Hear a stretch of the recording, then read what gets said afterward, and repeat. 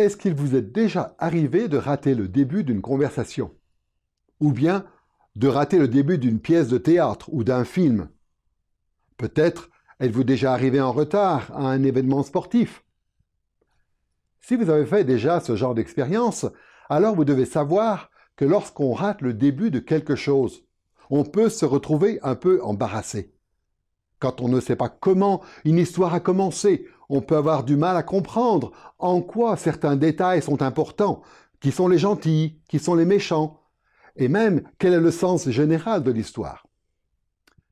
Cette réalité, on peut l'appliquer aussi de façon similaire à la question du genre humain. N'est-il pas important pour nous de savoir d'où nous venons? Pourquoi les circonstances de notre existence sont ce qu'elles sont et quelle est notre raison d'être pour pouvoir bien comprendre et mener notre vie au quotidien? Ceci est la première leçon de notre série intitulée « Qu'est-ce que l'homme ?»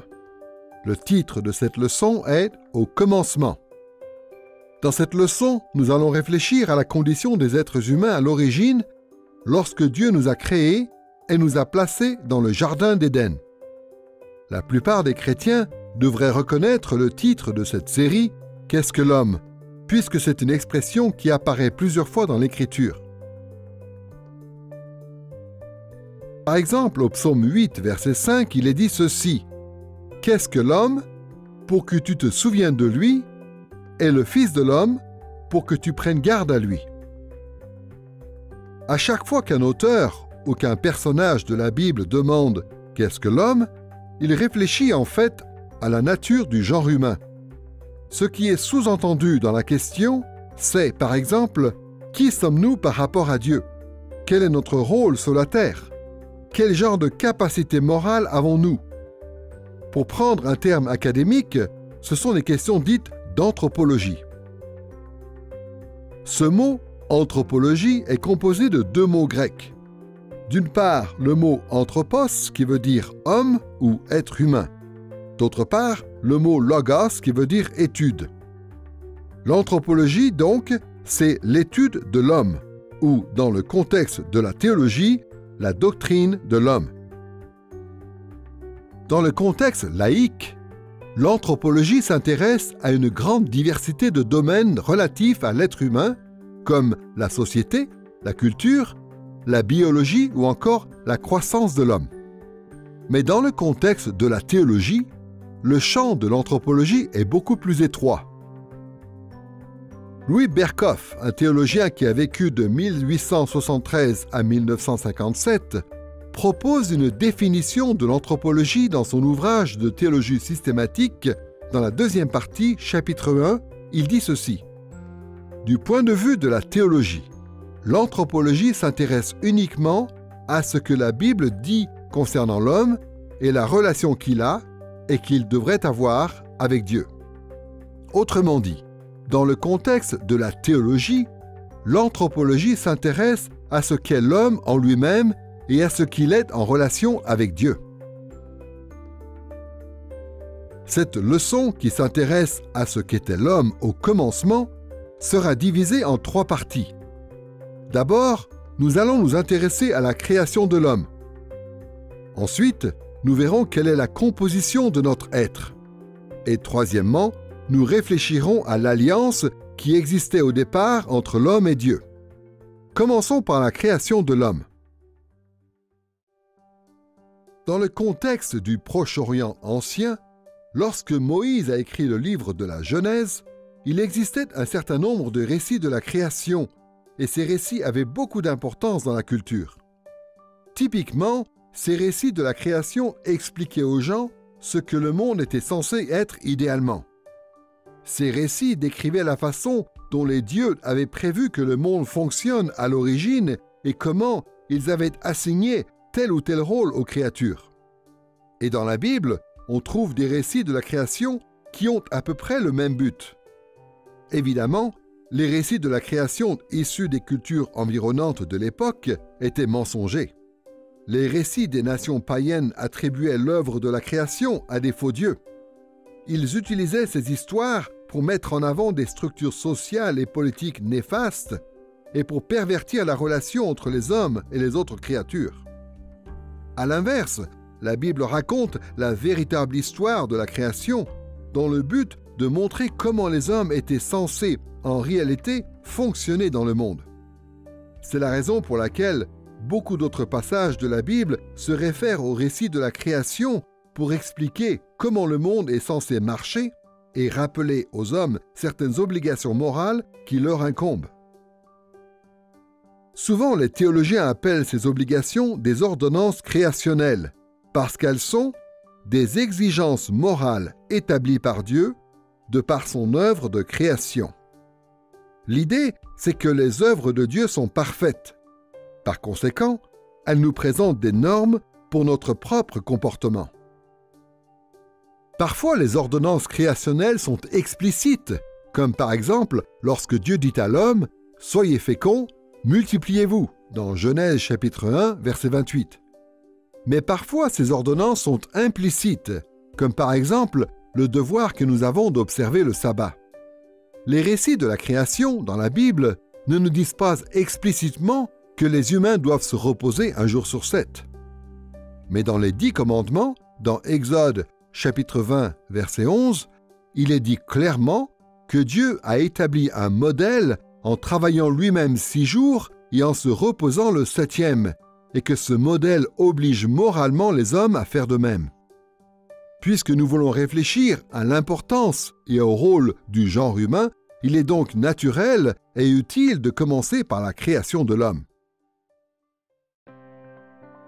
Nous allons examiner la création de l'homme en 3 étapes. D'abord, nous allons tenter de résumer les récits bibliques de la création. Ensuite, nous nous intéresserons à l'historicité d'Adam et Ève. Et enfin, troisièmement, nous verrons quelle est la supériorité de l'homme par rapport aux autres créatures de Dieu. Commençons par les récits bibliques de la création. Le livre de la Genèse contient 2 récits de la création du monde.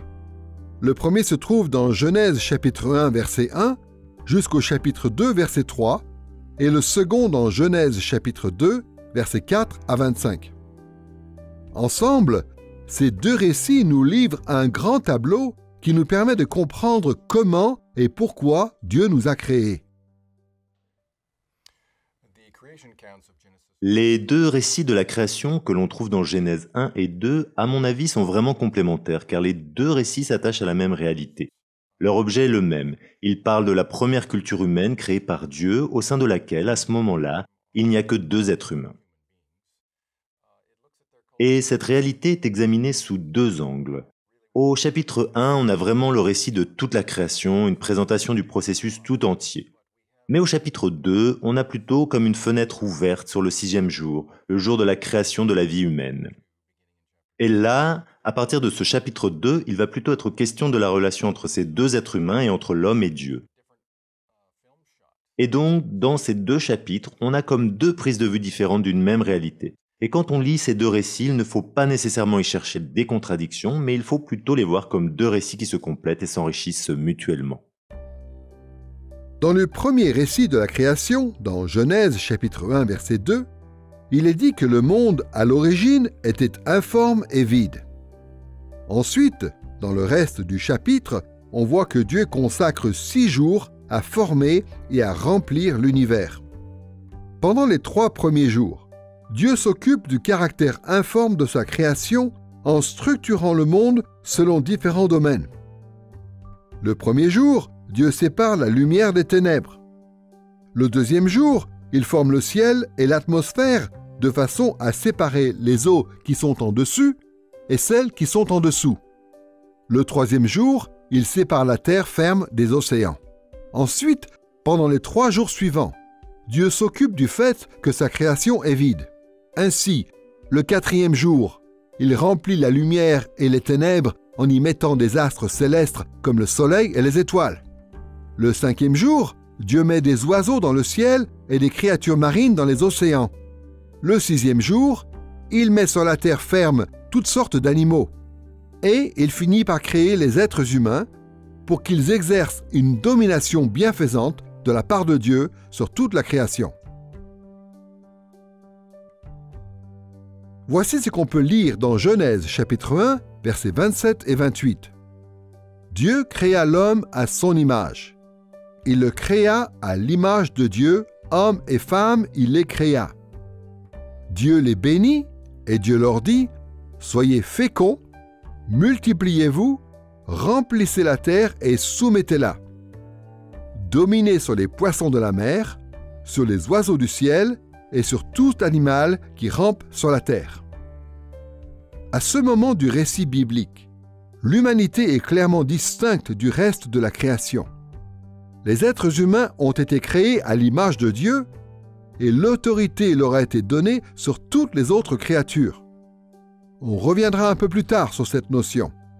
Pour l'heure, ce qui nous intéresse, c'est de remarquer que non seulement l'homme fait partie de la création, mais qu'il en est aussi l'apogée. Dans le second récit de la création, dans Genèse chapitre 2, versets 4 à 25, on trouve des détails supplémentaires qui concernent ce que Dieu a fait le 6e jour, lorsqu'il a créé les animaux terrestres et les hommes. Dans ce passage, il est dit que Dieu a formé les animaux à partir de la poussière du sol. Et il a créé le premier homme, Adam, de façon similaire, en lui façonnant à lui aussi un corps à partir de la poussière du sol. Mais il est intéressant de remarquer que seul Adam reçoit le souffle vital de Dieu lui-même lorsque celui-ci le lui insuffle dans les narines. Ensuite, les animaux sont présentés à Adam afin qu'il trouve parmi eux une aide qui lui soit adaptée, c'est-à-dire une aide qui pourrait l'assister dans les tâches que Dieu lui a confiées. En passant en revue les animaux, Adam leur donne des noms, ce qui montre l'autorité qu'il a sur eux. Mais aucun des animaux ne s'avère être une aide adaptée. C'est ainsi que Dieu crée la première femme, Ève, afin qu'elle soit l'épouse d'Adam et l'aide dont il a besoin. Mais cette fois, au lieu de la créer à partir de la poussière du sol, Dieu va former Ève à partir d'une côte d'Adam. À ce titre, Ève est unique parmi toutes les créatures de Dieu. Comme le dit Adam lui-même dans Genèse chapitre 2 verset 23, c'est elle qu'on appellera femme car elle a été prise de l'homme. Le fait qu'Adam lui donne un nom révèle l'autorité qu'il a sur sa femme. Mais le nom qu'il lui donne, Isha en hébreu, qui est traduit ici par femme, ressemble au nom d'Adam, Ish, qui est traduit par homme. Bien qu'Ève se trouve sous l'autorité d'Adam, étant mariée avec lui, l'équivalence qui apparaît entre leurs deux noms montre en même temps qu'elle est son égale par rapport aux tâches que Dieu a confiées au genre humain. Tous les deux sont créés à l'image de Dieu. Tous les deux sont appelés à remplir la terre et à la soumettre. Et tous les deux ont reçu de Dieu l'autorité et la responsabilité de dominer en son nom sur sa création. Ayant considéré les récits bibliques de la création de l'homme, passons maintenant à la question de l'historicité ou de l'authenticité historique d'Adam et Ève. Depuis quelques années, de nombreux théologiens ont présenté les récits bibliques de la création de l'homme comme étant des récits allégoriques ou métaphoriques plutôt que des récits historiques factuels. Mais ce n'est pas ainsi que l'Écriture traite ces récits. De nombreux autres passages de la Bible présentent Adam et Ève comme de véritables personnes qui ont vraiment existé. Le jour où ils ont été créés, ils étaient les seuls êtres humains sur toute la planète. Mais ils se sont reproduits et ils ont eu une descendance qui, à son tour, s'est multipliée et qui est devenue le genre humain tel que nous le connaissons aujourd'hui. Évidemment qu'Adam et Ève sont des personnages historiques. C'est comme ça que nous le présente la Bible. Et nous croyons la Bible parce qu'elle est inspirée par Dieu. Quand on essaie de comprendre le monde et quand on étudie l'histoire, on peut s'appuyer sur l'archéologie, sur des documents historiques et sur toutes sortes de témoignages qui sont parvenus par le canal de différentes traditions. Mais le fondement le plus solide qui nous permet d'affirmer qu'Adam et Ève ont réellement existé historiquement, c'est que nous croyons tout simplement ce que dit la Bible.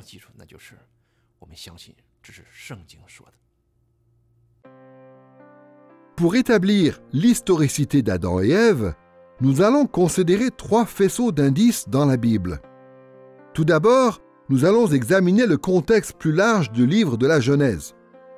Ensuite, nous verrons ce qu'on peut trouver dans d'autres livres de l'Ancien Testament à part la Genèse. Et troisièmement, nous relèverons plusieurs éléments dans le Nouveau Testament. Commençons par le contexte plus large du livre de la Genèse. Dans Genèse chapitre 2 à 4, il y a une présentation d'Adam et de sa famille qui présente toutes les caractéristiques d'un récit historique. Certains genres littéraires sont caractérisés par l'allégorie et la métaphore, comme les textes poétiques ou les paraboles. D'autres genres littéraires, au contraire, ont un style simple et direct, comme les récits historiques. Et sans conteste, le livre de la Genèse est principalement constitué de récits historiques, comme l'histoire des premiers patriarches, au chapitre 11 à 37, et l'histoire des patriarches plus tardifs, tels que Joseph, au chapitre 37 à 50. Or, le style littéraire de Genèse, chapitre 2 à 4, correspond étroitement à celui de ces autres passages. En fait, Genèse chapitre 2 commence par le même indicateur textuel que celui qu'on trouve au début de beaucoup d'autres récits historiques dans ce livre. La formule qu'emploie Moïse dans Genèse chapitre 2 verset 4 est la suivante. « Voici l'histoire de ce qui est advenu au ciel et sur la terre lorsqu'ils furent créés. » L'expression « voici l'histoire » Hele Toledoth en hébreu pourrait aussi être traduite littéralement par « voici les origines » ou encore par « voici les générations ». Cette même expression est utilisée pour introduire des listes et des récits de générations humaines tout au long du livre de la Genèse. Elle est utilisée pour présenter les descendants d'Adam au chapitre 5, verset 1, de Noé au chapitre 6, verset 9, de Sem au chapitre 11, verset 10, de Téra au chapitre 11, verset 27, d'Ismaël au chapitre 25, verset 12, d'Isaac au chapitre 25, verset 19, d'Ésaü au chapitre 36, versets 1 et 9, et de Jacob au chapitre 37, verset 2. De plus, le livre de la Genèse nous rapporte des détails biographiques qui concernent la vie d'Adam. Par exemple, il nous est dit qu'Ève est devenue enceinte, et les noms de 3 de leurs enfants nous sont donnés, Caïn, Abel et Seth. Le texte nous rapporte aussi la durée de la vie d'Adam. Il avait 130 ans lorsque Seth est né, et il est mort à l'âge de 930 ans. Une telle durée de vie est évidemment beaucoup plus grande que celle que nous observons aujourd'hui, mais c'est une information qui nous est quand même présentée comme étant historique. Ainsi, quand on considère la forme littéraire de ces chapitres, qui correspondent à la forme d'un récit historique, et quand on tient compte de l'expression caractéristique qui introduit ce passage, et quand on ajoute les détails qui nous sont rapportés concernant la vie d'Adam, on peut en déduire, avec une relative certitude, que l'intention de Moïse était bien que nous comprenions cette section de Genèse chapitre 2 à 4 comme étant un récit historique.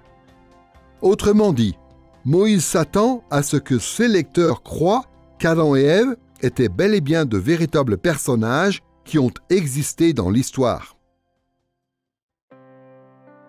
Nous avons pu examiner la question de l'historicité d'Adam et Ève à partir du livre de la Genèse. Passons maintenant à d'autres livres de l'Ancien Testament. Le nom d'Ève n'apparaît nulle part ailleurs dans l'Ancien Testament, mais celui d'Adam est mentionné 2 autres fois. Et dans les 2 cas, il est présenté comme un personnage historique. La généalogie qui commence dans 1 Chronique, chapitre 1, verset 1, présente Adam comme étant le père de Seth. Cette généalogie énumère toutes les générations depuis Adam jusqu'à l'époque où les Israélites reviennent de l'exil babylonien vers la fin du VIe siècle avant Jésus-Christ. Il était important, pour les exilés qui revenaient au pays, de pouvoir se référer à une généalogie historiquement authentique, car c'est ce qui pouvait les aider à recouvrer leur rôle et leurs héritages respectifs en terre promise. Une généalogie qui se serait basée sur un mythe n'aurait pas pu avoir cet effet et n'aurait eu aucune pertinence pour l'auditoire de l'auteur des Chroniques. L'autre passage où le nom d'Adam est mentionné se trouve dans le livre d'Osée. C'est un verset où l'auteur compare les péchés du peuple d'Israël aux péchés d'Adam. Voici ce qui est dit dans Osée chapitre 6, verset 7. « Mais vous, tout comme Adam, vous avez transgressé l'alliance, là vous m'avez trahi. » Certains pensent que ce verset fait référence à une ville du nom d'Adam qui est mentionnée dans Josué chapitre 3, verset 16. Mais dans le livre de Josué, on ne trouve aucune allusion au fait que cette ville aurait péché. Ce serait donc étrange de penser qu'Osée aurait utilisé cette ville comme référence, alors qu'à l'inverse, le péché d'Adam, le premier homme, était autrement plus emblématique et avait entraîné des conséquences particulièrement catastrophiques pour toute l'humanité. D'autres personnes qui interprètent ce passage pensent qu'il n'est pas nécessaire qu'Adam ait existé historiquement pour que la comparaison que fait Osée ait du sens. Mais comme on va le voir dans un instant, lorsqu'on va considérer l'apport du Nouveau Testament sur la question, l'alliance avec Adam n'a de sens que si c'était une alliance historique. Nous avons donc pu réfléchir à l'historicité d'Adam et Ève à partir du livre de la Genèse et de plusieurs autres passages de l'Ancien Testament. Passons maintenant au Nouveau Testament. Il y a plusieurs passages du Nouveau Testament qui parlent d'Adam et les auteurs du Nouveau Testament accordent souvent une grande importance théologique à son histoire. Par exemple, dans Romains chapitre 5, versets 12 à 21, l'apôtre Paul affirme que le péché d'Adam est la raison pour laquelle les humains meurent aujourd'hui. De plus, il dit que Jésus délivre les croyants de la malédiction qui repose sur nous depuis Adam. Il y a des affirmations semblables dans 1 Corinthiens chapitre 15, versets 22 et 45. Donc, si Adam n'était pas un personnage historique, de quoi Jésus nous sauve-t-il? Sans un Adam historique qui ait péché contre Dieu, nul besoin d'un Jésus historique qui serait mort sur la croix. L'apôtre Paul souligne l'historicité d'Adam dans 1 Timothée chapitre 2 versets 13 et 14, où il dit qu'Adam a été créé avant Ève et qu'Ève a péché avant Adam. De même, Jude verset 14 suppose que les généalogies d'Adam sont fiables quand il est dit qu'Enoch est la 7e génération ou le 7e patriarche depuis Adam. En fait, il n'y a pas un seul endroit dans l'Ancien Testament ou dans le Nouveau Testament qui pourrait laisser supposer qu'Adam n'était pas un personnage historique qui a réellement existé. À mon avis, le fait de rejeter l'historicité de Adam et Ève a d'énormes implications par rapport à ce qu'on croit que Jésus est venu accomplir. Disons qu'Adam et Ève ne sont que des personnages mythiques, ou tout simplement une pure invention, et qui n'ont jamais vraiment existé dans l'histoire. Ça serait bizarre de penser que Dieu viendrait dans le monde et qu'il mourrait pour quelque chose qui ne s'est jamais vraiment produit. Et je pense qu'on porterait atteinte du même coup à l'historicité de Jésus-Christ, puisque l'apôtre Paul, par exemple, fait un parallèle entre les deux en disant que tous meurent en Adam,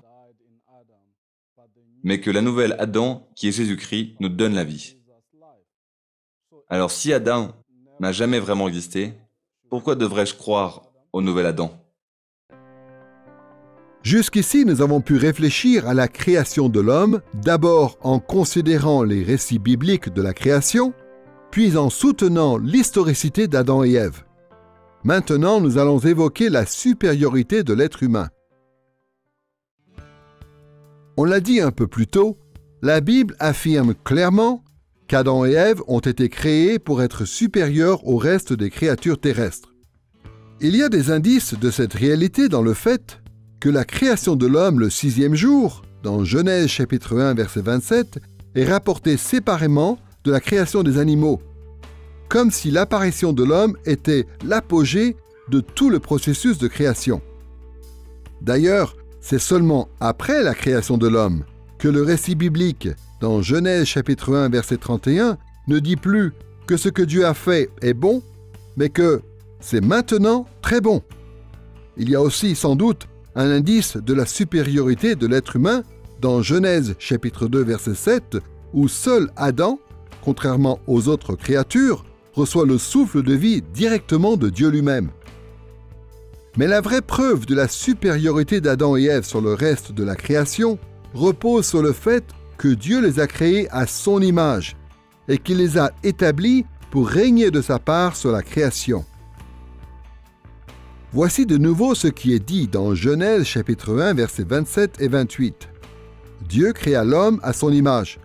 Il le créa à l'image de Dieu, hommes et femmes, il les créa.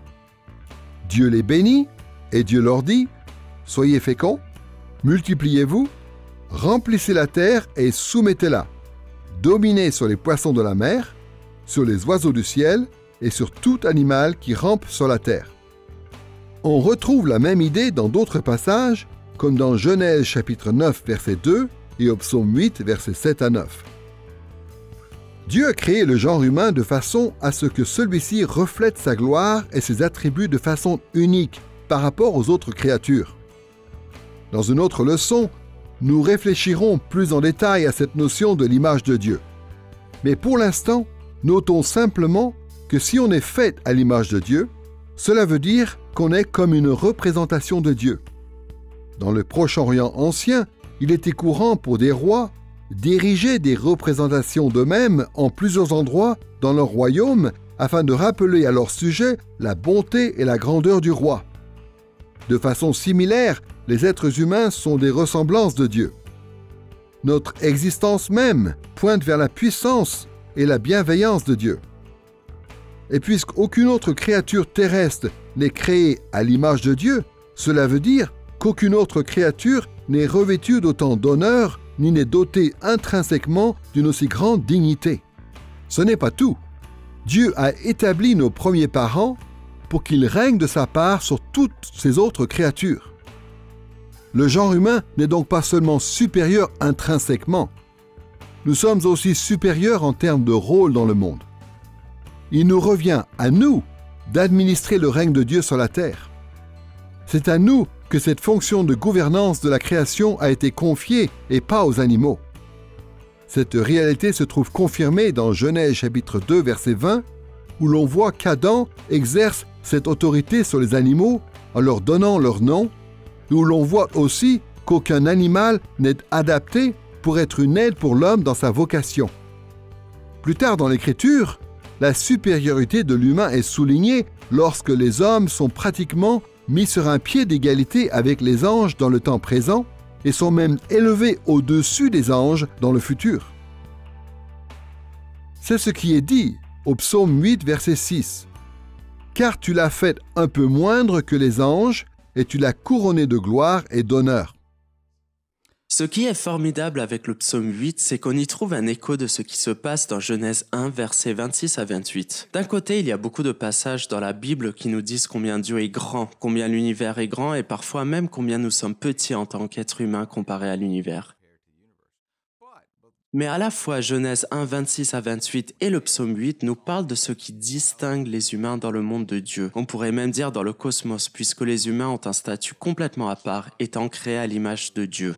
Cette expression « être créé à l'image de Dieu » ne se trouve pas telle qu'elle dans le psaume 8, mais il est dit quand même que les hommes ont été créés de peu inférieurs aux anges et aussi qu'ils ont été couronnés de gloire. Et ensuite, il est question de cette réalité selon laquelle les humains dominent sur la création. Ils dominent, c'est-à-dire qu'ils gouvernent la création de manière bienfaisante. Voilà ce qu'on trouve au psaume 8. C'est donc un passage qui nous aide à voir ou qui nous rappelle que lorsque Dieu nous a créés, il nous a revêtus d'importance et dotés d'une véritable raison d'être. Malheureusement, de nos jours, beaucoup de gens ont essayé de détruire cette distinction entre les humains et les animaux. Par exemple, beaucoup de gens pensent que l'espèce humaine est le résultat quelque peu aléatoire de l'évolution. Pour eux, s'il y a une différence entre les hommes et les animaux, c'est une différence historique avant tout qui se résume à quelques morceaux d'ADN. C'est un point de vue qui reconnaît peut-être que les humains sont intellectuellement supérieurs aux animaux, mais qui rejette la dignité essentielle que nous avons en tant qu'image de Dieu et qui porte atteinte à notre autorité dans la création en tant que régisseur légitime que Dieu a établi. Les chrétiens évangéliques répondent à cette idée de plusieurs manières différentes. D'un côté, il y a ceux qui croient que Dieu a créé le monde en 6 jours solaires. Beaucoup de ces chrétiens croient même qu'Adam et Ève ont été créés il y a à peine 6000 ans. À l'autre bout du spectre, il y a ceux qui croient que la création du monde a pu prendre beaucoup plus longtemps et qu'Adam et Ève ont été créés il y a plusieurs dizaines de milliers d'années au moins. Quelle que soit notre position en tant que chrétiens, nous devrions au moins être d'accord sur le fait que le genre humain a été créé de telle sorte qu'il est supérieur au reste de la création, à la fois en dignité et en autorité. Nous sommes en train de réfléchir à la condition de l'homme au commencement, et jusqu'ici, nous nous sommes intéressés à la création de nos premiers parents. Passons maintenant à la composition de notre être en tant qu'humain. En parlant de la composition de l'humain, ce qu'on veut dire par là, c'est quelles sont les différentes parties qui constituent un être humain. L'Écriture utilise beaucoup de termes différents pour désigner les différentes parties de notre être. Pensons au corps, à la chair, au cœur, à l'esprit, à l'intelligence, à l'âme et à tous ces autres termes qu'on pourrait ajouter. Mais les théologiens de toutes les époques s'accordent en général pour dire que tous ces termes différents correspondent en fin de compte à 2 parties de l'homme. Une partie physique, qu'on appelle d'habitude le corps, et une partie immatérielle, qu'on appelle d'habitude l'âme ou parfois l'esprit. La plupart des théologiens chrétiens évangéliques affirment que les êtres humains sont constitués d'un corps physique et d'une âme immatérielle, et que ces 2 parties sont unifiées en une personne. Mais le discours de la Bible sur cette réalité est assez compliqué à cause de la grande diversité de vocabulaire qui est employé pour nous décrire en tant qu'êtres humains, surtout lorsqu'il s'agit de notre âme immatérielle. Cela dit, quand la Bible veut résumer ce double aspect physique et immatériel de notre nature humaine, le texte utilise fréquemment un seul terme pour notre partie physique avec un seul autre terme pour notre partie immatérielle. Par exemple, dans 2 Corinthiens chapitre 7 verset 1, l'apôtre Paul dit ceci: « Purifions-nous de toute souillure de la chair et de l'esprit, en développant jusqu'à son terme la sainteté dans la crainte de Dieu. » Dans ce verset, l'apôtre Paul semble indiquer que notre nature humaine se résume bien à 2 parties, la chair et l'esprit, c'est-à-dire une partie physique et une partie immatérielle.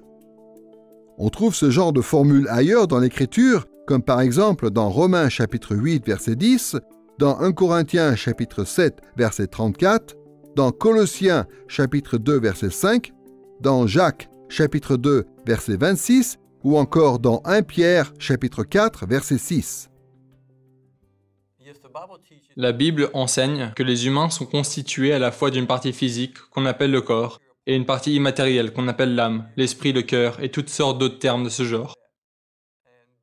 Et ces 2 parties de la nature humaine sont essentielles et elles composent notre nature originelle depuis la création et elles seront aussi constitutives de notre nature après la résurrection. Donc, nous n'allons pas devenir un jour juste une âme ou juste un esprit. Notre corps sera ressuscité. Donc ce sont 2 parties de la nature humaine et les 2 sont importantes aujourd'hui et elles le seront encore demain.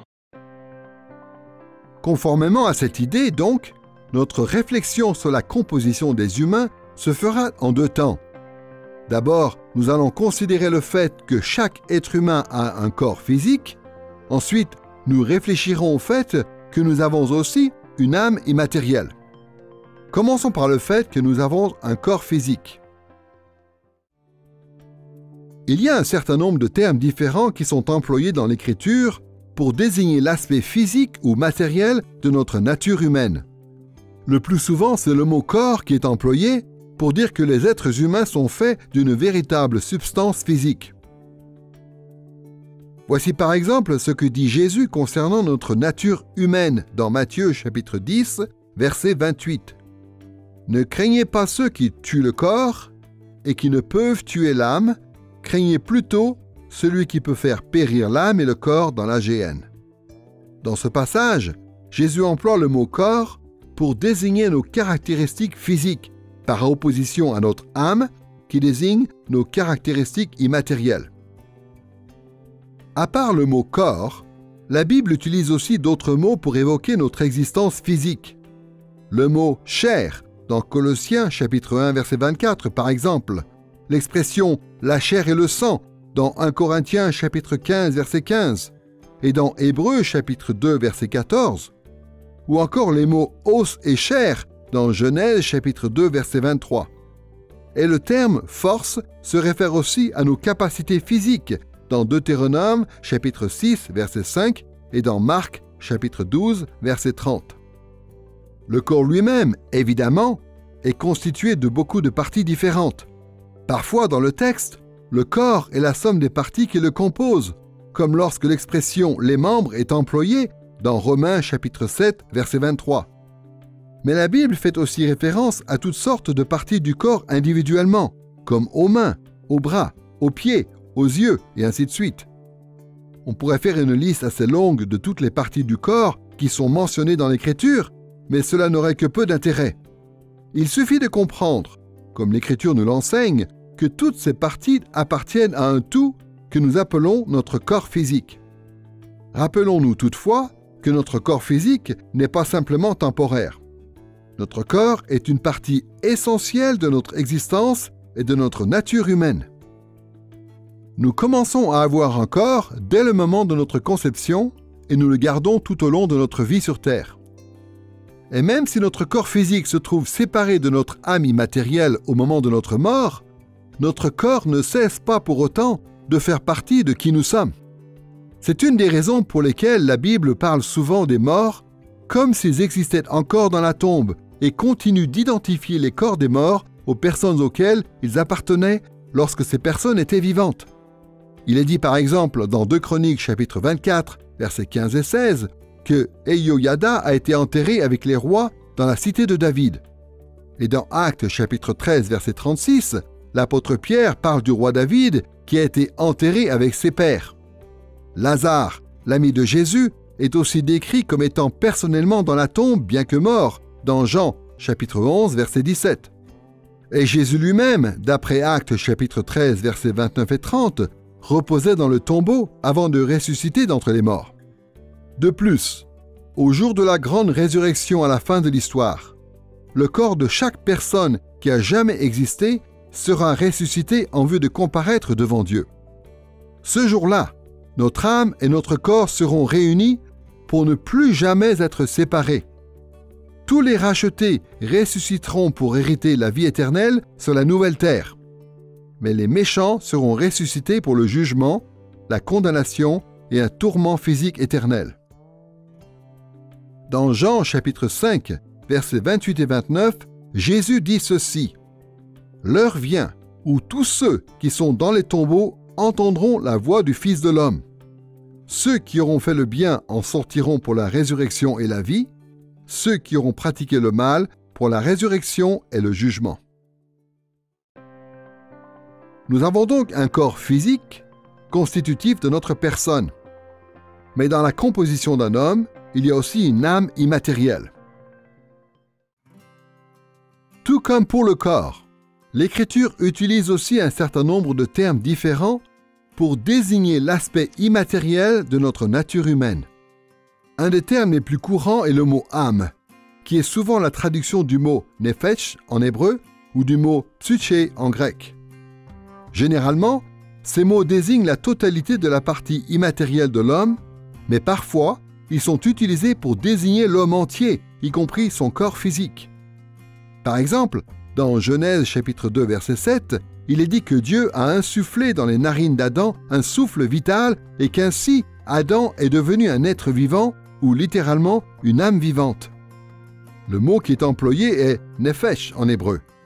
Ce passage veut tout simplement dire qu'Adam est devenu un être humain vivant qui marche et qui respire. Et dans Jean chapitre 15 verset 13, Jésus utilise le mot « psyché » pour parler de notre existence physique quand il dit qu'il n'y a pas de plus grand amour que de donner sa vie, ici le mot « psyché » pour ses amis.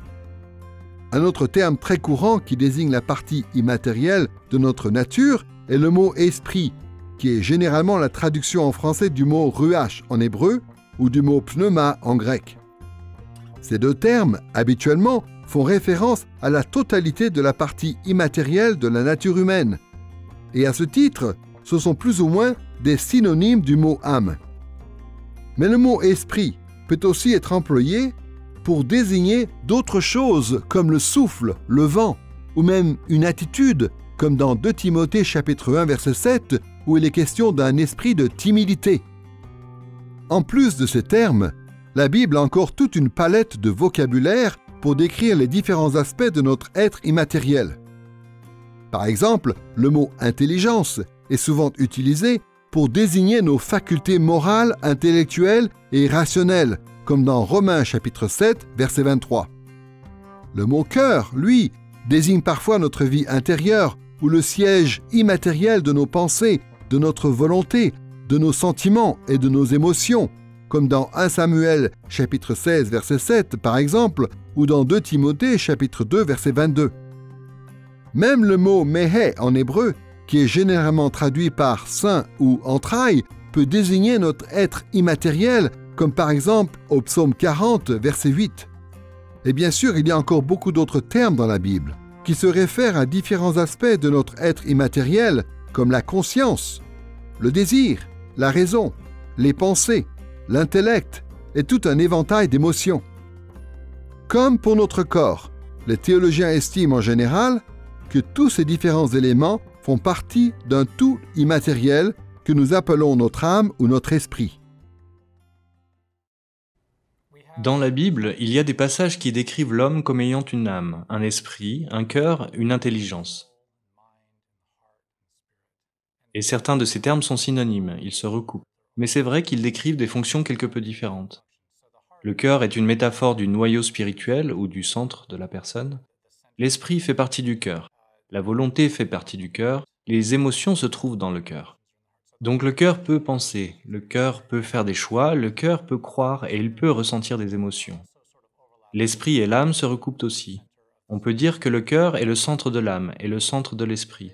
Mais en même temps, les mots âme et esprit ne sont pas tout à fait interchangeables. Il y a une similitude entre les deux, mais apparemment, d'après ce que je peux constater, le mot esprit désigne la partie immatérielle de l'homme. Mais les anges sont aussi appelés des esprits. Et Dieu lui-même est esprit. Donc c'est une réalité non physique. Le mot âme, lui, est utilisé pour parler de l'être tout entier, corps et esprit. Et donc, quand quelqu'un est mort, la Bible peut continuer de l'appeler une âme, mais généralement, elle ne l'appelle pas un esprit. L'emploi de ces différents mots se recoupe donc quelque peu. À mon avis, cela ne veut pas dire que l'esprit et l'âme sont des parties distinctes de l'homme. Ce sont juste des façons différentes de parler d'une même réalité. C'est que l'homme est un être spirituel. Nous ne sommes pas qu'un corps, nous sommes plus complexes que cela. Notre être comporte une partie invisible, spirituelle, immatérielle. Donc oui, c'est un peu compliqué. Nous avons donc une âme immatérielle. Ayant survolé rapidement cette notion, nous pouvons maintenant nous intéresser plus en détail à 3 questions liées à notre âme. D'abord, celle de son origine, puis celle de son immortalité. Enfin, nous examinerons une vision alternative de notre être immatériel reliée à ce qu'on appelle la division tripartite de l'homme. Mais pour commencer, quelle est l'origine de notre âme? Il existe plusieurs avis différents sur la question de l'origine de l'âme humaine. Certains théologiens qu'on appelle les créationnistes pensent que Dieu crée une nouvelle âme pour chaque être humain dès le moment de sa conception. C'est un point de vue qui s'appuie sur des passages comme Zacharie chapitre 12 verset 1 qui dit que Dieu forme l'esprit de l'homme au-dedans de lui. Les créationnistes se réfèrent aussi à des passages comme Ésaïe chapitre 42 verset 5 et Hébreux chapitre 12 verset 9 qui semblent indiquer que Dieu est le créateur des âmes. D'autres théologiens qu'on appelle les traducianistes pensent que les humains reçoivent leur âme directement de leurs parents. D'après cette perspective, l'âme de nos parents engendre notre âme un peu comme leur corps engendre notre corps. Le traducianisme est parfois utilisé comme argument pour expliquer pourquoi les gens naissent avec une âme corrompue, puisqu'il est difficile de concevoir pourquoi Dieu créerait des âmes qui seraient déjà empreintes du péché? Les traducionnistes s'appuient sur des passages comme Romains chapitre 5 verset 12, qui semblent dire que nous avons hérité de la nature pécheresse d'Adam par le biais de l'engendrement naturel ou ordinaire, et Hébreux chapitre 7 versets 9 et 10, qui dit que Lévi était présent dans les reins de son ancêtre Abraham. Ce qui est certain, c'est que notre âme, en fin de compte, vient de Dieu. Ce qui n'est pas très clair, c'est le mécanisme par lequel elle nous est donnée. Dans cette leçon, nous n'allons donc pas prendre position sur ce sujet. Beaucoup de gens pensent que la Bible devrait nous dire d'où vient notre âme et comment elle a été créée et comment elle nous a été donnée. Mais la Bible ne répond pas clairement à ces questions. Ce qui est sûr, c'est que la Bible dit que l'homme n'est pas seulement un corps physique. Il a aussi une dimension non physique. L'homme a un corps, un esprit et une âme. La Bible dit que lorsque Dieu a créé l'homme, il a soufflé dans ses narines et l'homme est devenu une âme vivante. C'est la partie spirituelle de notre être. La Bible ne nous explique pas comment ça fonctionne, mais elle nous dit que ça existe et que nous devons en prendre soin. Cette partie de l'homme ne se rassasie pas de pain ou d'autres choses matérielles. Saint Augustin nous explique que ce qu'il nous faut, c'est Jésus dans notre vie pour que nous soyons pleinement satisfaits, à la fois physiquement et spirituellement. Concernant notre âme, nous avons donc pu réfléchir à son origine. Passons maintenant à son immortalité. La Bible nous apprend que notre âme continue d'exister après que notre corps est mort. Tandis que le corps repose dans la tombe, l'âme des méchants subit un châtiment temporaire en enfer, et celle des croyants entre au bénéfice de bénédictions temporaires au ciel. C'est ce que le théologien appelle l'état intermédiaire, c'est-à-dire la période entre le moment où nous mourrons et le moment de la résurrection des morts lorsque Jésus reviendra. L'apôtre Paul en parle dans 2 Corinthiens chapitre 5 verset 8 par exemple, quand il dit ceci: « Nous aimons mieux quitter ce corps et demeurer auprès du Seigneur. » Ce que Paul veut dire, c'est que notre existence immatérielle persiste après la mort de notre corps physique. Si nous sommes croyants, notre âme rejoint alors le Seigneur. D'autres passages font allusion à cette réalité, comme Luc chapitre 23 verset 43, Actes chapitre 7 verset 59, Philippiens chapitre 1 versets 23 et 24, ou encore Apocalypse chapitre 6 verset 9. L'âme des non-croyants subsiste aussi après leur mort, sauf qu'au lieu de jouir de la présence du Seigneur au ciel, leur âme souffre en enfer. Dans Luc chapitre 12, versets 4 et 5, Jésus dit ceci: « Ne craignez pas ceux qui peuvent tuer le corps, mais qui n'ont pas le pouvoir de faire davantage. Savez-vous qui vous devez craindre? C'est celui qui, après la mort, a le pouvoir de vous jeter en enfer. » L'enfer est un lieu de mort, mais il est important de reconnaître que dans la Bible, mourir ne veut pas dire cesser d'exister. Mourir, c'est tomber sous le coup du jugement de Dieu. Donc, du point de vue du châtiment ou de la récompense, on peut dire en effet que les âmes qui sont en enfer sont mortes. Mais du point de vue de l'existence, ces âmes vont subsister à jamais. Après cet état intermédiaire où l'on connaîtra un châtiment temporaire ou des bénédictions temporaires, notre âme et notre corps seront réunis lors de la résurrection. C'est à ce moment-là que nous rejoindrons notre destination finale et permanente. Les méchants souffriront corporellement et spirituellement en enfer. Mais si nous sommes croyants, lorsque notre corps ressuscité sera réunifié avec notre âme immatérielle, nous pourrons vivre corporellement et spirituellement pour toujours, avec Christ, dans les nouveaux cieux et la nouvelle terre. Concernant l'âme immatérielle de l'homme, nous avons donc pu considérer son origine d'une part et son immortalité d'autre part. Nous pouvons passer maintenant à cet autre point de vue qui existe qu'on appelle la division tripartite de l'être humain.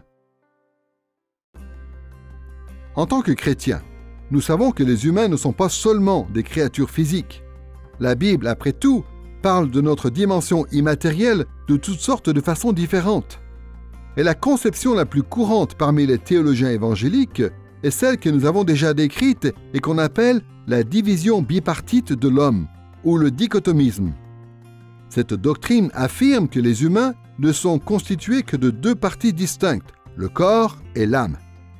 Mais ce ne sont pas tous les théologiens évangéliques qui croient que cette façon de décrire la composition de l'homme en deux parties, un corps physique et une âme immatérielle, est la meilleure qui soit. Certains théologiens défendent à la place la division tripartite de l'homme ou le trichotomisme. Comme son nom l'indique, cette conception reconnaît trois parties distinctes à l'homme: le corps, l'âme et l'esprit. Cette division tripartite repose sur quelques versets de la Bible qui font une distinction entre l'âme et l'esprit. Dans Hébreux chapitre 4, verset 12 par exemple, il est dit ceci: « La parole de Dieu est vivante et efficace, plus acérée qu'aucune épée à double tranchant, elle pénètre jusqu'à la division de l'âme et de l'esprit. » Les trichotomismes estiment que ce verset présente l'âme et l'esprit comme deux parties immatérielles distinctes de l'être humain. Ils avancent à peu près le même argument à partir de 1 Corinthiens chapitre 15 verset 44 et de 1 Thessaloniciens chapitre 5 verset 23. À partir de ce genre de passage, les gens qui défendent la division tripartite de l'homme affirment que l'âme et l'esprit ne représentent pas la même chose. L'âme se réfère plutôt à une dimension immatérielle inférieure, celle qui anime notre corps et qui suscite nos envies et nos désirs. À l'inverse, l'esprit se réfère plutôt à une dimension immatérielle supérieure, celle notamment qui nous relie à Dieu. Quelle que soit notre position, que nous croyons à la division bipartite ou à la division tripartite de l'homme, nous devons reconnaître que beaucoup de chrétiens évangéliques sont persuadés en bonne conscience de l'autre position. Que l'on soit dans un camp ou dans l'autre, ce qui est important de reconnaître, c'est que la nature humaine est en partie physique et en partie immatérielle. Le débat entre la vision dichotomiste et la vision trichotomiste dure depuis très longtemps, et les deux positions ont des arguments exégétiques à faire valoir. Nous n'allons donc pas nous battre là-dessus. Ce n'est pas une question si importante qu'on doit en faire un critère d'orthodoxie. La composition de notre être nous montre que notre corps et notre âme sont tous les deux importants. Parfois, on peut accorder tellement d'importance à la spiritualité qu'on en vient à négliger ses propres besoins physiques ou les besoins physiques des autres. Ou à l'inverse, et cela arrive peut-être plus souvent, on est tellement préoccupé par sa vie physique sur la terre qu'on néglige sa vie spirituelle. Mais la composition de notre être, qui est à la fois un corps et une âme, nous incite à reconnaître l'importance des deux, ainsi que le lien qui existe entre les deux. Si la spiritualité est vraiment importante pour nous, alors nous allons honorer Dieu avec notre corps physique et nous allons nous soucier des besoins physiques des autres. Et si nous cherchons vraiment à glorifier Dieu avec notre corps, en agissant physiquement pour faire l'œuvre de Dieu, alors cela aura un effet positif spirituellement sur notre cœur et sur notre âme. Jusqu'ici dans cette leçon, nous avons pu réfléchir à la condition de l'homme au commencement en nous intéressant d'une part à la création de l'homme, puis d'autre part à la composition de l'homme. Nous passons maintenant à la troisième et dernière partie de cette leçon où nous allons réfléchir à l'alliance qui existait au départ entre l'homme et Dieu. Quand Dieu a créé Adam et Ève, ce n'était pas simplement pour les lâcher dans la nature. Il les a créés dans un but précis, avec une raison d'être. Il devait établir son royaume sur la terre. Dieu leur a donné les capacités et l'aide dont ils avaient besoin pour accomplir cette tâche. Il leur a fixé des règles en demandant d'eux qu'ils soient fidèles et consciencieux dans leur travail. Il leur a expliqué quels bienfaits ils recevraient en cas d'obéissance et les conséquences en cas d'infidélité. D'un point de vue théologique, on peut dire que Dieu a établi une relation d'alliance entre lui-même et le genre humain. Tout au long de l'histoire dans l'Ancien Testament et dans le Nouveau, Dieu a donné une forme officielle à sa relation avec son peuple. Les conditions de cette relation formelle ont souvent été mises par écrit, ce qui correspond à ce que la Bible appelle des alliances. Ce terme « alliance » est la traduction du mot « bérit » en hébreu et du mot « diatheke » en grec. Cette relation d'alliance reproduit le modèle des alliances qui pouvaient exister dans le monde antique entre des nations différentes et notamment entre un grand empereur ou un suzerain et un autre royaume moins puissant qui était considéré comme un vassal. Ces anciens traités avaient au moins 3 éléments caractéristiques. Ils soulignaient la bienveillance du suzerain envers son vassal, ils définissaient la loyauté qui était requise de la part du vassal envers le suzerain, et ils fixaient des conséquences qui pouvaient résulter de la fidélité ou de l'infidélité du vassal. Et ces traités ou ces alliances continuaient d'être valides de génération en génération, de sorte que celui qui succédait au vassal continuait de servir celui qui succédait au suzerain, et ainsi de suite. De façon semblable, les alliances de Dieu mettent en avant sa bonté envers son peuple, elles expliquent le genre de loyauté qui est requise du peuple envers Dieu, et elles décrivent les conséquences de la fidélité ou de l'infidélité.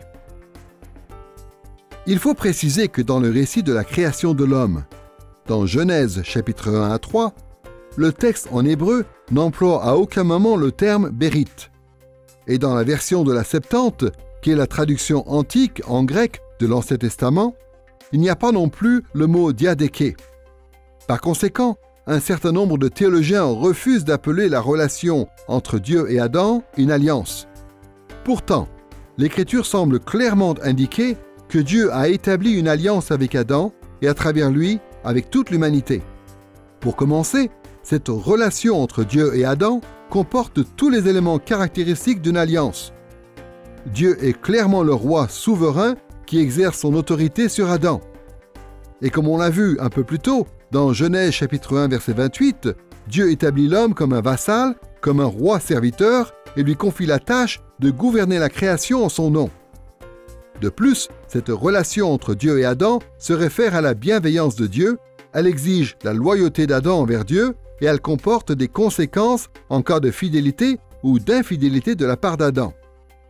Nous reviendrons plus en détail sur ces différents éléments dans un petit moment. Ce qui nous intéresse pour l'instant, c'est simplement le fait que la présence de ces éléments caractéristiques démontre qu'il y a bien une relation d'alliance entre Dieu et Adam.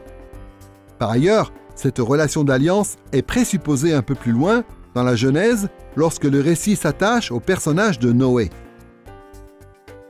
Dans Genèse chapitre 6 verset 18, Dieu dit ceci à Noé: « Avec toi, j'établirai mon alliance. » Dans cette phrase, le verbe « établirait » est la traduction du verbe « kum » en hébreu.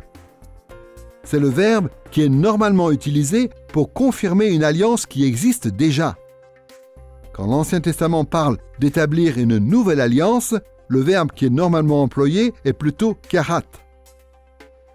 Donc, lorsque Dieu dit qu'il va établir son alliance avec Noé, ce qu'il veut dire, c'est qu'il va confirmer auprès de Noé une relation d'alliance qui existe déjà. Et la seule relation de ce type qui semble être en vue à ce stade du récit de la Genèse, c'est la relation de Dieu avec Adam. Cette interprétation s'accorde avec une allusion que l'on trouve chez le prophète Osée et qui concerne l'alliance avec Adam. Dans Osée chapitre 6 verset 7, en effet, il est dit ceci: « Mais vous, tout comme Adam, vous avez transgressé l'alliance, là vous m'avez trahi. » De plus, dans Jérémie chapitre 33 versets 20 et 25, il est question d'une alliance qui engage la création elle-même. C'est une alliance qui semble avoir été établie pendant la semaine de la création, ce qui ferait naturellement d'Adam et Ève les vassaux de Dieu. Il y a encore un autre élément dans la Bible qui prouve que Dieu a conclu une alliance avec Adam. C'est le parallèle qu'il y a entre la relation de Dieu avec Adam et la relation de Dieu avec Christ. L'apôtre Paul en parle longuement dans Romains chapitre 5 versets 12 à 19. Et cette relation entre Dieu et Christ est une alliance, comme on le voit clairement dans Hébreux chapitre 7 à 13. Jésus lui-même l'a affirmé lors du dernier repas. dans Luc chapitre 22, verset 20, Jésus dit ceci à ses disciples. « Cette coupe est la nouvelle alliance en mon sang qui est répandue pour vous. » Il est vrai, comme on l'a dit, que Moïse n'a pas employé le mot « bérite » dans la Genèse pour décrire la relation de Dieu avec Adam. Mais peu importe. Il est certain que la façon dont cette relation était constituée correspondait en tout point à une alliance. Et les théologiens dans l'histoire ont été plutôt en accord avec cette idée. Par exemple, en théologie, on a souvent donné à cette relation entre Dieu et Adam le nom d'alliance adamique, parce qu'Adam agissait en qualité de représentant du peuple et administrateur de l'alliance. On lui a aussi donné le nom d'alliance de la vie, puisque ce qui était promis dans cette alliance, c'était la vie éternelle, sous condition de la fidélité d'Adam. On l'a aussi appelé l'alliance de la création, parce que cette alliance remonte à la création du monde et parce que les dispositions de cette alliance engageaient toute la création. Et puis, on l'a aussi appelé l'alliance des œuvres, parce que la vie qu'elle promettait était conditionnée aux œuvres d'obéissance accomplies par les hommes. L'alliance des œuvres est une expression qui désigne la relation entre Dieu et Adam au début du livre de la Genèse. Au chapitre 2, Dieu dit à Adam de ne pas manger du fruit de l'arbre de la connaissance du bien et du mal, car le jour où il en mangerait, il en résulterait sa mort. Dans l'alliance des œuvres, ce qui était présenté à Adam, c'était donc la vie et la mort. Si Adam désobéissait à Dieu, le résultat serait la mort. Mais si Adam obéissait à Dieu, s'il persévérait dans l'obéissance à Dieu, ce qu'il n'a pas fait, alors la vie lui serait confirmée.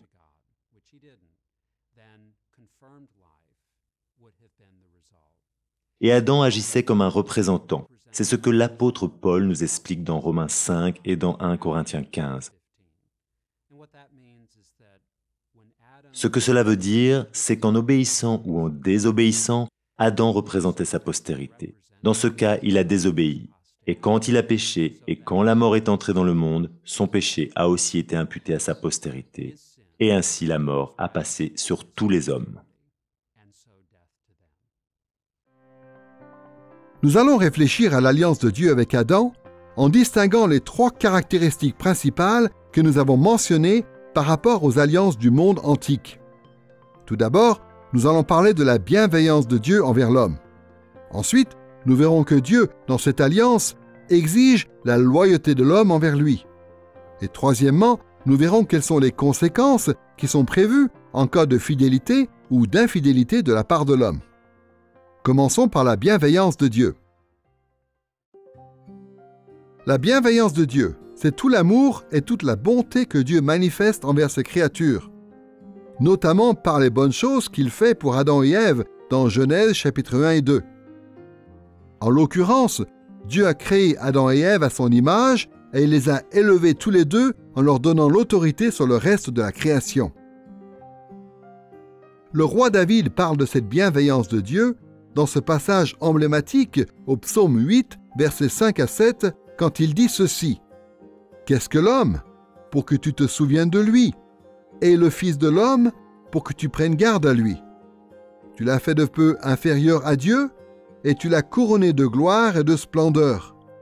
Tu lui as donné la domination sur les œuvres de tes mains, tu as tout mis sous ses pieds. » En posant cette question, « Qu'est-ce que l'homme, pour que tu te souviennes de lui ?»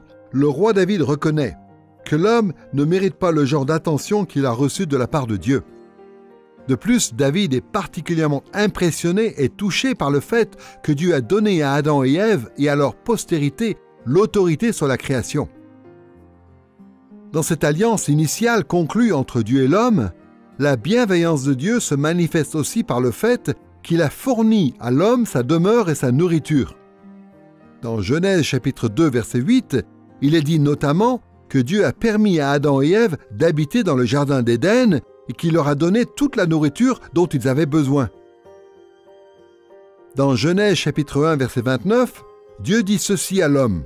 « Voici que je vous donne toute herbe porteuse de semences et qui est à la surface de toute la terre, et tout arbre fruitier porteur de semences, ce sera votre nourriture. » La bienveillance de Dieu s'est aussi manifestée très clairement après la chute d'Adam dans le péché. Dans Genèse chapitre 2 verset 17, Dieu dit à Adam que si jamais il devait désobéir en sa loi, en mangeant du fruit de l'arbre de la connaissance du bien et du mal, l'humanité mourrait. Mais une fois qu'Adam et Ève ont mangé de ce fruit, ils ne sont pas morts. Du moins, ils ne sont pas morts physiquement. Au lieu de cela, on découvre que Dieu leur donne un moyen d'être rachetés et qu'il déverse ainsi sur eux la grâce du salut. Et Dieu a présenté cette même grâce à son peuple de génération en génération, de façon à sauver tous ceux qui se repentent de leurs péchés et qui se tournent vers Dieu par la foi.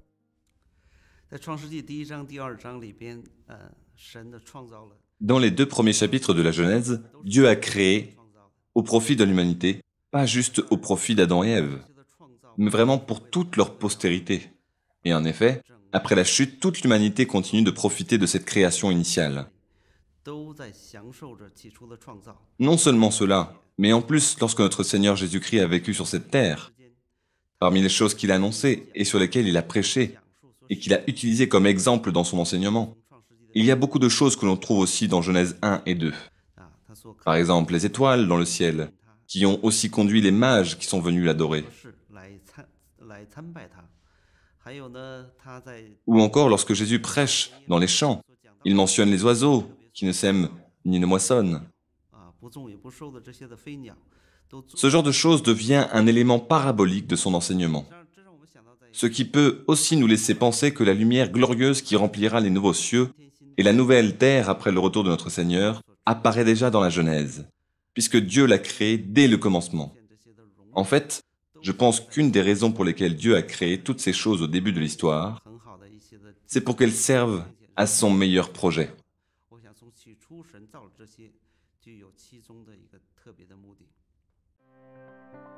Dans le cadre de l'alliance de Dieu avec Adam, on a donc pu voir l'élément de la bienveillance de Dieu envers l'homme.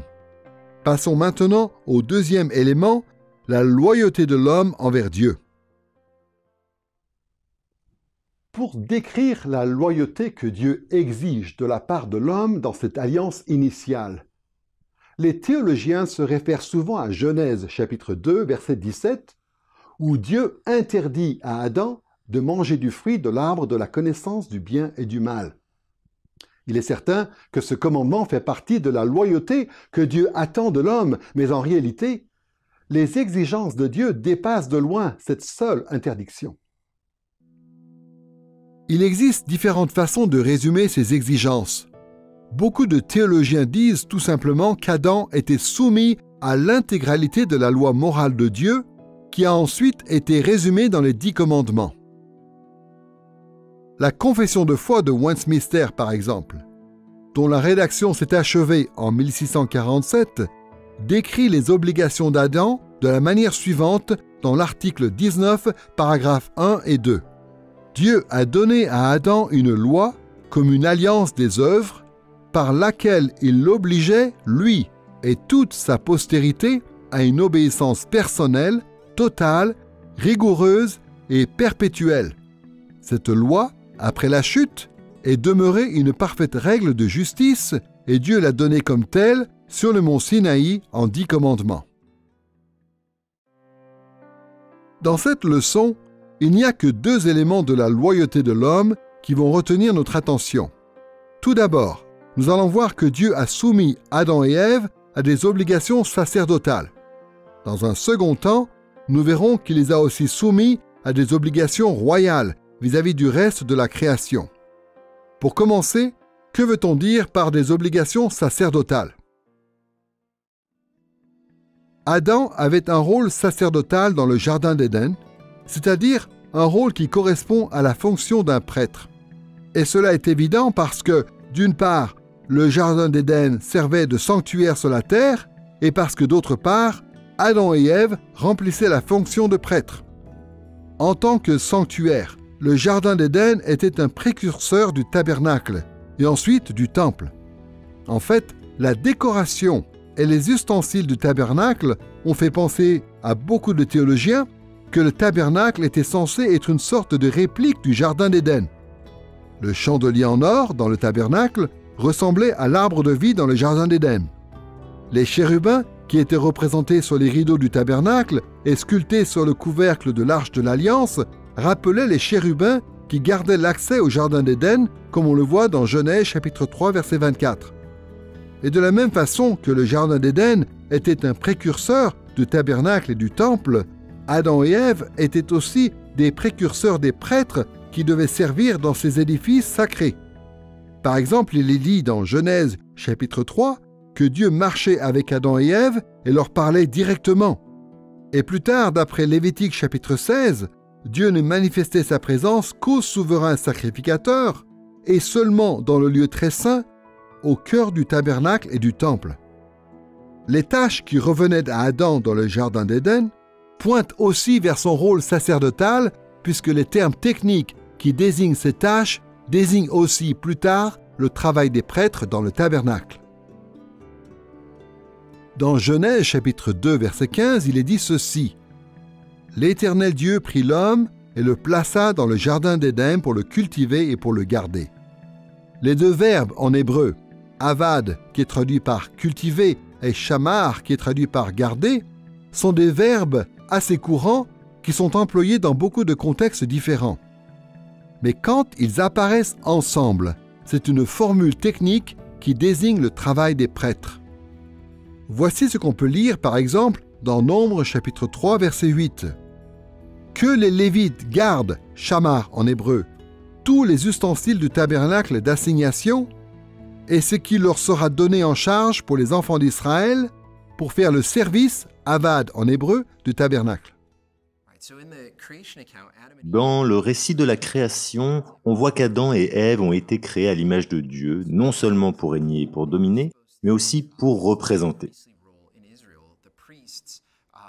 Tout comme les prêtres, plus tard en Israël, qui étaient des représentants ou des intermédiaires, des médiateurs entre Dieu et les hommes, Adam et Ève aussi devaient faire la même chose. Par leur gouvernance, leur service, leur obéissance, ils représentaient Dieu sur la terre. Et on voit la même chose par la suite dans l'histoire des patriarches, dans l'histoire de la nation d'Israël, qui reçoit la Torah, jusque dans le Nouveau Testament et la fameuse grande mission et le déversement du Saint-Esprit promis dans Acte 1, verset 8, qui nous est donné pour que nous soyons des témoins, etc. Tout cela s'enracine dans la création d'Adam et Ève en tant que porteurs de l'image de Dieu, créés à la ressemblance de Dieu, qui sont appelés non seulement à régner en son nom, mais aussi à faire connaître son caractère, ce qui est le rôle principal d'un prêtre. L'alliance de Dieu avec Adam engageait toute l'humanité et elle engage encore aujourd'hui toute l'humanité.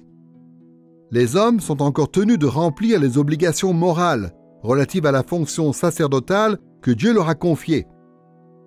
Nous sommes tous appelés, par exemple, à servir Dieu et à lui rendre un culte. Nous sommes appelés à cultiver la création et à prendre soin d'elle.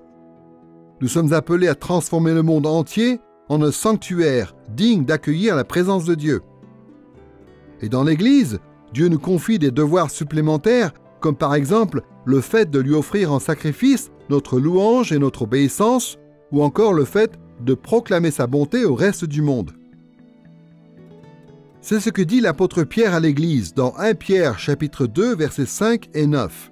« Vous-même, édifiez-vous pour former une maison spirituelle, un saint sacerdoce, en vue d'offrir des victimes spirituelles.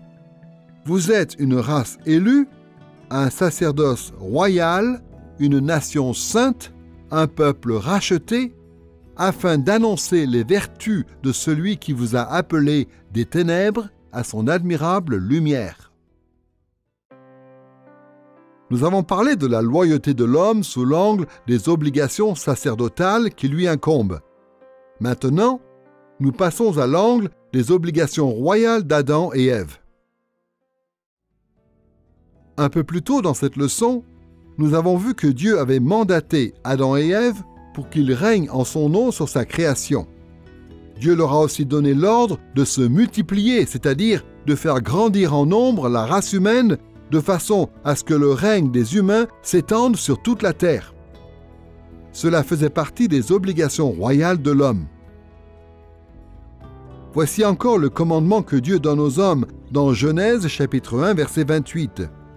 Soyez féconds, multipliez-vous, remplissez la terre et soumettez-la. Dominez sur les poissons de la mer, sur les oiseaux du ciel et sur tout animal qui rampe sur la terre. Une des façons les plus courantes de comprendre ce que l'image et la ressemblance signifient dans Genèse chapitre 1 consiste à dire que Dieu nous a créés pour que nous soyons ses représentants et pour que nous exercions un règne de sa part dans la création. Cette idée, nous la déduisons notamment du contexte culturel dans lequel se trouve Moïse quand il écrit. Un contexte où ces termes d'image et de ressemblance étaient souvent utilisés pour décrire les pharaons et les rois.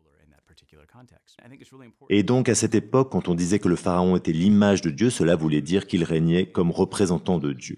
Je crois qu'il est très important de remarquer que lorsque Dieu met Adam et Ève dans le jardin d'Éden, dans Genèse chapitre 2, il ne leur dit pas simplement de planter du gazon, de compter les nuages et de regarder paître les moutons. Il leur confie bien plutôt une tâche et une raison d'être, n'est-ce pas? Il les met là pour qu'ils cultivent le jardin et pour qu'ils le gardent. Il leur adresse cette vocation qui consiste à façonner la création, à œuvrer avec elle et à en prendre soin, de façon à ce qu'elle devienne la création que Dieu désire, c'est-à-dire une création riche et florissante. Et voilà ce que cela veut dire notamment d'être un humain. Dieu nous a créés pour que nous exercions ce rôle de sa part dans la création où il nous a placés. Le grand Dieu de l'univers a établi les hommes comme ses vassaux et les a dotés de cette prérogative royale qui consiste à étendre son royaume au-delà de ses frontières initiales qui étaient celles du Jardin d'Éden. Le but de Dieu, c'est que les hommes se multiplient, qu'ils se disséminent et qu'ils cultivent avec soin la terre tout entière, de la même façon qu'ils cultivaient le Jardin d'Éden. En fin de compte, les hommes sont appelés à transformer toute la planète en un temple pour Dieu, un sanctuaire terrestre qui ne serait que le prolongement du royaume céleste de Dieu. Et telle est encore l'obligation qui nous incombe aujourd'hui. Dans le Notre Père, tel qu'on le trouve dans Matthieu chapitre 6, verset 10, Jésus nous enseigne à prier ainsi. « Que ton règne vienne, que ta volonté soit faite sur la terre comme au ciel. » Le rôle de l'humanité a toujours été de prendre part au déploiement sur la terre du royaume céleste de Dieu. Ce que Jésus nous dit de demander dans nos prières reflète cette réalité. Et cette tâche incombe en particulier au peuple fidèle de Dieu dans l'Église. Nous devrions considérer chacune de nos vocations particulières comme un aspect de cette domination que Dieu nous a donnée en tant qu'être humain sur la terre. Et nous devrions par conséquent utiliser nos aptitudes et nos ressources pour prendre soin de la création et pour la gouverner avec sagesse. Que nous soyons à la maison, au travail, à l'église ou ailleurs, nous sommes appelés à représenter notre grand roi et à le servir dans tout ce que nous faisons. L'alliance de Dieu avec Adam comporte donc, premièrement, l'élément de la bienveillance de Dieu et deuxièmement, comme on vient de le voir, l'élément de la loyauté de l'homme. Maintenant, nous allons considérer les conséquences qui sont prévues en cas de fidélité ou d'infidélité de l'homme. L'alliance de Dieu avec Adam prévoit des bénédictions pour l'humanité au cas où elle demeure dans la fidélité à Dieu et des malédictions au cas où elle bascule dans l'infidélité. Comme on l'a dit, la conséquence que Dieu a annoncée en cas de désobéissance, c'est la mort. Dans Genèse chapitre 2 verset 17, Dieu dit ceci à Adam. « Tu ne mangeras pas de l'arbre de la connaissance du bien et du mal, car le jour où tu en mangeras, tu mourras. » Il faut préciser que les anciens textes de loi hébraïque annonçaient généralement la peine maximale que l'on pouvait appliquer, plutôt qu'une peine obligatoire que l'on devait appliquer. Mais quelle que soit la portée exacte des paroles de Dieu dans Genèse chapitre 2 verset 17, qu'elles expriment la peine maximale ou la peine obligatoire, le moins qu'on puisse dire, c'est que l'infidélité des hommes vis-à-vis de Dieu devait entraîner des conséquences funestes. Il ne fait aucun doute que nos premiers parents, en désobéissant à Dieu, méritaient la mort. Une des conséquences du péché d'Adam et Ève a été de les placer sous la condamnation de Dieu. il tombe sous le coup d'une sorte de sentence judiciaire qui est la peine de mort. Et l'apôtre Paul, dans Romains chapitre 8, verset 10, où il parle de la vie spirituelle et de la mort spirituelle, nous fait comprendre qu'Adam et Ève sont morts spirituellement et qu'ils ont entraîné dans leur chute toute leur descendance naturelle, les condamnant à la même peine. De plus, dans Genèse chapitre 3, versets 22 à 24, il est dit que Dieu a chassé Adam et Ève du jardin d'Éden, les éloignant de sa présence. Et à cause de leur péché, même la création a été soumise à la corruption. Fondamentalement, le péché d'Adam a eu pour effet d'ouvrir la porte au mal. Le péché d'Adam et Ève a laissé entrer le mal dans le monde. Et à cause de cela, tout a été infecté par le mal. Tout a été corrompu par le mal, et surtout, le mal a érigé des obstacles au plan de Dieu. Le mal touche les humains, notre corps, nos esprits. Il touche le tissu même de la création, de sorte que la création elle-même est sujette à la frustration, comme le dit Romains 8, et qu'elle aspire à son propre rétablissement. Et bien sûr, le mal a une incidence sur nos relations, non seulement sur les relations que nous avons avec d'autres humains, mais avant tout sur notre relation avec Dieu. Et donc, ce qui est devenu le problème à résoudre, c'est tout simplement le mal. Il a fallu un seul acte de désobéissance pour ouvrir la porte au mal. Mais à l'inverse, pour défaire l'effet du mal qui a pénétré si profondément dans l'ordre de la création, c'est compliqué. C'est comme des œufs brouillés, comme faire pour séparer le jaune et le blanc maintenant. C'est pourquoi le péché d'Adam et Ève n'occupe que quelques lignes dans la Bible, alors que la réparation de cette faute occupe des centaines et des centaines de pages. Malgré les conséquences désastreuses du péché de l'homme, Dieu n'a pas fait mourir nos premiers parents tout de suite. Il les a laissés vivre physiquement. Mais plus que cela, Dieu leur a manifesté sa bonté alors qu'ils étaient devenus des pécheurs.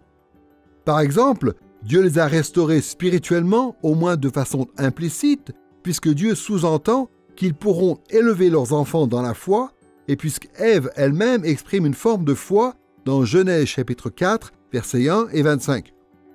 De plus, Dieu promet d'envoyer un Rédempteur pour les secourir et les délivrer de toutes les conséquences de leurs péchés. Cette promesse apparaît dans la malédiction que Dieu prononce contre le serpent, c'est-à-dire contre celui qui a séduit Ève et qui l'a incité à manger du fruit interdit. Voici ce que Dieu dit au serpent dans Genèse chapitre 3 verset 15. « Je mettrai inimitié entre toi et la femme, entre ta descendance et sa descendance, celle-ci t'écrasera la tête et tu lui écraseras le talon. » Ce Rédempteur, en fin de compte, sera le Christ, celui qui gardera parfaitement l'alliance, celui qui méritera les bénédictions de Dieu prévues dans l'alliance et qui fera prendre part à ces bénédictions par pure grâce tous ceux qu'il aura rachetés. Il est certain que l'histoire d'Adam et Ève dans la Genèse ne décrit pas explicitement toutes les bénédictions de l'alliance adamique.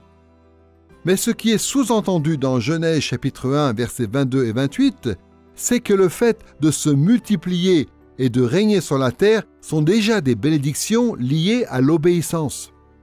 Cette idée se trouve confirmée par d'autres passages de l'Écriture qui parlent de la fécondité comme d'une récompense, comme par exemple Deutéronome chapitre 7, verset 14, ou qui parlent du règne sur la terre comme d'une récompense, comme par exemple 2 Timothée chapitre 2, verset 12.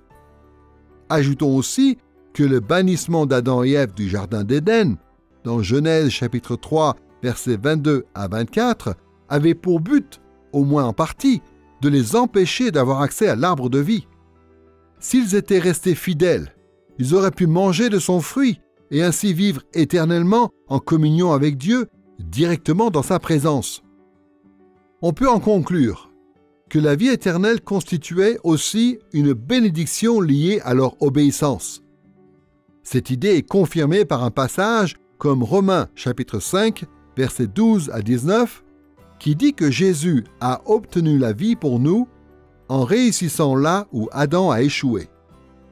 De plus, dans cette alliance avec Dieu, Adam agissait en qualité de représentant de la race humaine, ce qui veut dire que la question de sa fidélité ou de son infidélité était une question de vie ou de mort pour tous les hommes. Malheureusement, Adam et Ève ont été infidèles à Dieu et par conséquent, toute leur descendance ordinaire ou naturelle s'est trouvée assujettie au péché, à la corruption et à la mort. Mais la bienveillance de Dieu a perduré et selon sa bienveillance, Dieu a fourni une issue à cette situation par le moyen du Rédempteur qu'il a promis de susciter, le Seigneur Jésus-Christ. Dans cette leçon, nous nous sommes intéressés à la condition qui était celle des êtres humains au commencement. Nous avons considéré la création de l'homme à partir des récits bibliques, en examinant l'historicité de ces récits et en soulignant la supériorité du genre humain par rapport au reste de la création. Dans un deuxième temps, nous avons parlé de la composition de l'homme qui est constitué d'un corps physique et d'une âme immatérielle. Et puis enfin, nous nous sommes intéressés à l'alliance initiale que Dieu avait établie avec l'homme en relevant ces éléments caractéristiques relatifs à la bienveillance de Dieu et à la loyauté que Dieu attend des hommes et aux conséquences prévues en cas de fidélité ou d'infidélité. Quand on pense à la dignité et à l'honneur que Dieu a attribué à l'homme lorsqu'il l'a créé, on ne peut qu'être émerveillé. Le péché, manifestement, nous cause bien des problèmes. Mais quand on comprend quelle est la raison d'être de l'homme, que Dieu lui a donné à l'origine, cela nous permet de faire un grand pas en avant dans notre compréhension du plan de Dieu. Notre Créateur compte maintenant remédier aux problèmes du péché et rétablir les hommes et le reste de la création dans leur gloire, celle qu'il leur destinait au départ.